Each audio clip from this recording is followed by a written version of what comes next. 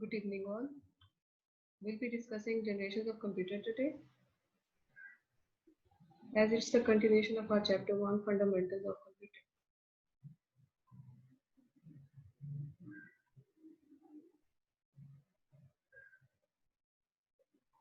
History of computers is a chain that runs from ancient abacus and the analytical engine of 19th century through the modern computers of present age. It is generally divided into 5 generations. Each generation of computers is characterized by major technological developments of that time. First generation of computers, time period it covers is 1940 till 1956. Vacuum tubes were used in this first generation of computers. Vacuum tubes generated so much heat that they had to be cooled by air conditioner. Vacuum tubes burnt out very often and it was difficult to repair and maintain the computers of first generation. If we talk about the characteristics, first generation computers used vacuum tubes. Speed was very slow and memory was very small. They were huge in size, taking up entire room. First generation computers were very expensive and unreliable. They consumed a lot of power and generated a lot of heat. Input was based on punched cards. Output was obtained on printouts through electric typewriter. Machine language was used in these computers. Machine language is the earliest language. And these are the examples, as you can see, UNIVAC, ENIAC, IBM, Mark I and ETC. UNIVAC 1 and 2, Universal Automated Computers, then ENIAC, Electronic Numerical Integration, Integrated and Computer. ADVAC, Electronic Discrete Variable Automatic Computer. IBM was the corporation who invented IBM 650, earliest computers. And then IAS machines, Institute for Advanced Study, Princeton has developed them. If we talk about Manchester Baby, it's small scale experimental machine, SSEM, first electronic stored program. And then EDSAC,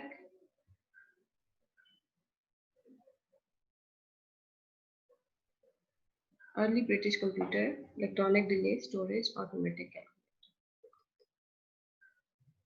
Let's talk about second generation. The time period covers is 1956 till 1963. The end period of the first generation is the starting period of the second generation. In 1947, 3 scientists, names are given. They invented transistors, as you can see them in figure, like a vacuum, and they replaced the vacuum tube. Transistors were faster, more reliable, smaller in size, and much cheaper than vacuum tubes. Characteristics: transistors were used instead of vacuum tubes. Transistors reduced the size of computers and increased the speed and memory capacity. Computers became more reliable and cheaper. Second generation computers used punch cards, readers, magnetic tapes, magnetic disks, and printers. Assembly language was used in these computers, along with high-level programming languages, which are Fortran and COBOL in this generation. These are the examples, you can see them. Just remember any 3 of them. Third generation, the ending period of second generation was the first period of third generation, 1963 till 1971. Integrated circuits, IC chips, are also known as semiconductor chips, were used in third generation. And they replaced the transistors.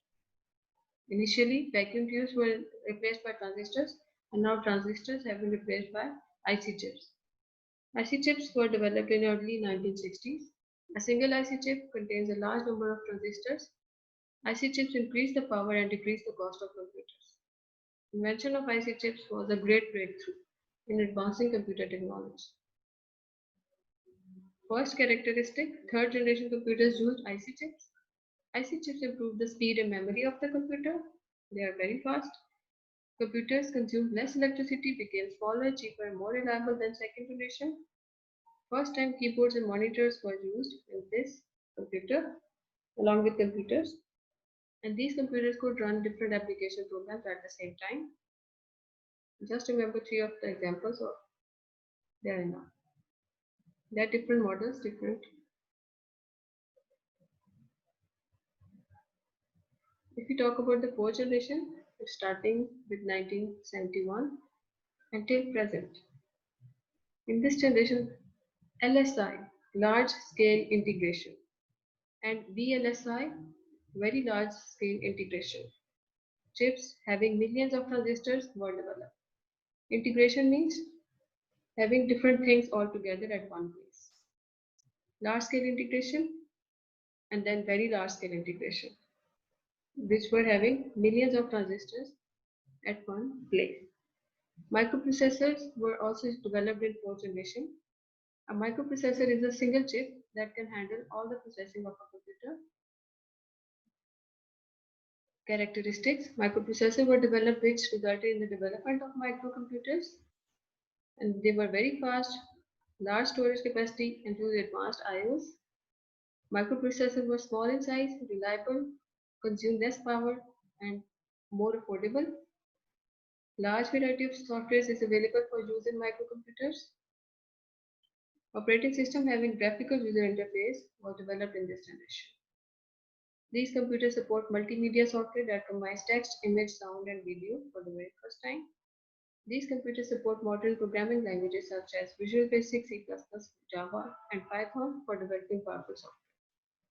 Fourth generation computers support a large variety of portable and wireless IOs. Examples are given in front of you.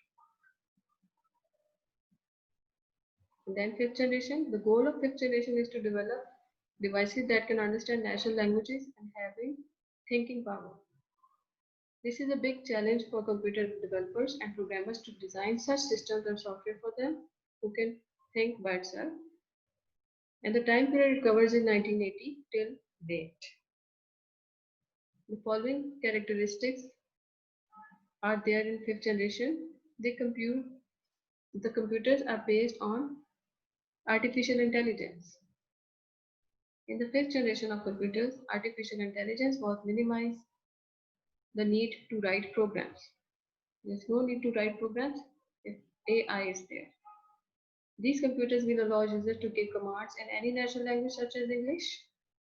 And examples are robots and expert systems. That's all from today. MCQs.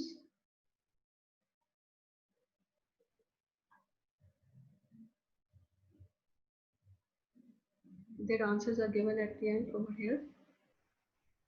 At the first page, their answers and then short answers. Short question answers.